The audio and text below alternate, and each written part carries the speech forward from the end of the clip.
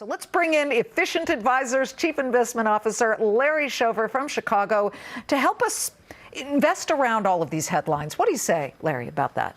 Well, yeah, I think you have to look at the focal points in the market. We look at Brexit, ongoing drama. We look at the China trade deal and the pending resolution. So Larry Shover in Chicago here with the outlook on gas. How are things looking, Larry? Good morning.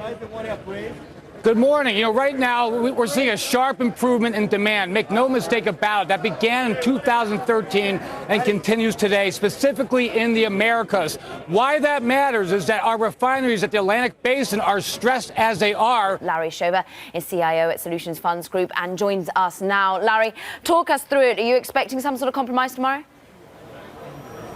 Well, you know what? I think tomorrow's meeting is inevitable. It's to force reckoning that supply will eventually return.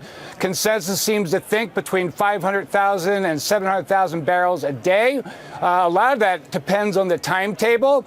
But what consensus doesn't realize is that Saudi Arabian oil policy, hasn't been predictable. This comes at a time we're hearing the Saudis and the Russians, not so coincidentally, talk about curtailing production to increase oil prices. So, they're pretty tight. What do you make of this?